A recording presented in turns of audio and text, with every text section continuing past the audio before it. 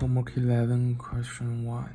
The stochastic process Xt is a real WSS with autocorrelation x r of tau A and the power spectral density x of omega. So we need to prove that the first r of tau is a real and even. As we already know from the professor's lecture in the module 7, we know that r of tau, the autocorrelation is equal to the expectation of x of t plus tau multiplied by x of t. This one is real because x of t is real and x of t plus tau is real.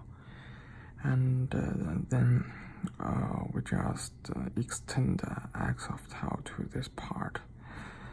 X r autocorrelation of tau is equal to r of t plus tau and t, and which is equal to expectation of x of tau, t plus tau multiply x of t. And for this part, we can reverse this two component, and we got this part of question, and this is equal to t minus t plus tau, which is equal to minus tau.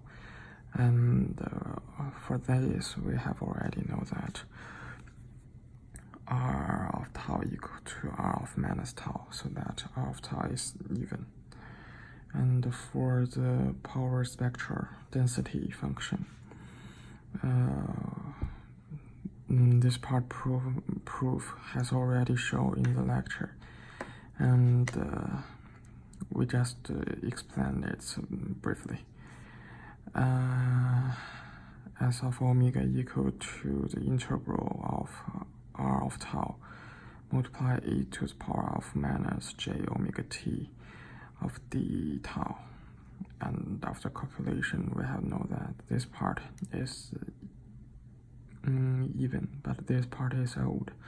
So for this integral is equal to 0, and we just separate from infinity to minus infinity to infinity to two parts, 0 to infinity, and this equal to the 2 multiplied by the 0 to infinity, and r of tau cosine omega tau d tau.